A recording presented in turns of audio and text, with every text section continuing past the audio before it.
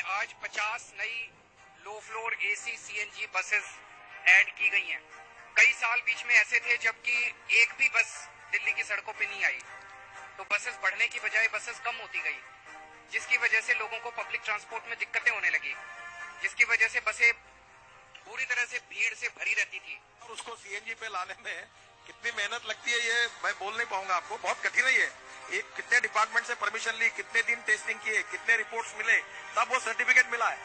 ये भी आज हुआ, ये इतना आसान नहीं है। इन 50 बसेस के बाद आज हमारे पास सड़कों पे दिल्ली सरकार की 7,320 बसें, ये अपने आप में एक रिकॉर्ड है। अभी तक दिल्ली में आज तक कभी भी इतनी संख्या में बसेस दिल्ली सरकार की नहीं थी।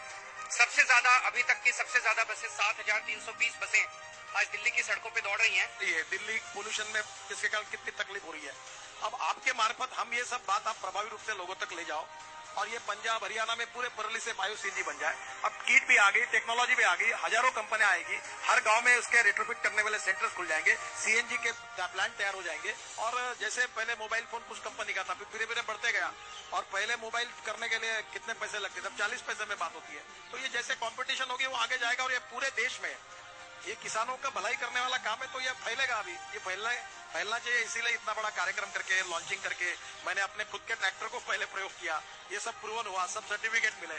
और डीजल ट्रैक्टर से 10 गुना अच्छा है, 10 गुना, यू बिलीव मी।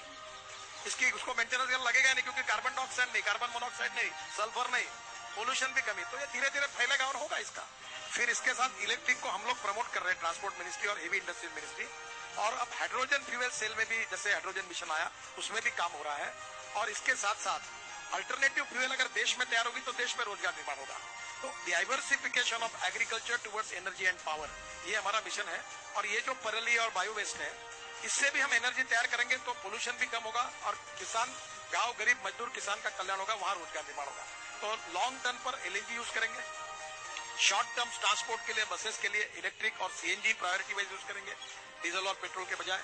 और इलेक्ट्रिक की अब मेरे डिपार्टमेंट में मुझे प्रधानमंत्री जी ने, आपने शायद एक 7-8 दिन पहले न्यूज पढ़ी होगी कि पब्लिक ट्रांसपोर्ट ऑन इलेक्ट्रिसिटी, जैसे रोप वे, केबल कार, फर्नाकुलर रेलवे, ये सबको हमें मैंडेट दिया है।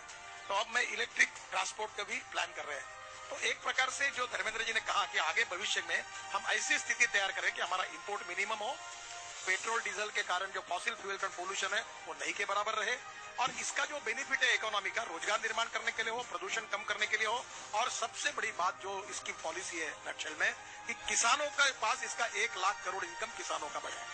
To save money is to earn money. जो किसान एक ट्रैक्टर पर अगर 3 लाख रुपए, 2 लाख रुपए डीजल के खर्चा कर रहा है, वो अगर 1 लाख पे है तो 1 लाख रुपए उसका साल का फायदा हुआ। तो यही बात, इसको एक टेक्निकल भी थोड़ी है, पर हम लोग इसी मिशन पे काम कर रहे हैं।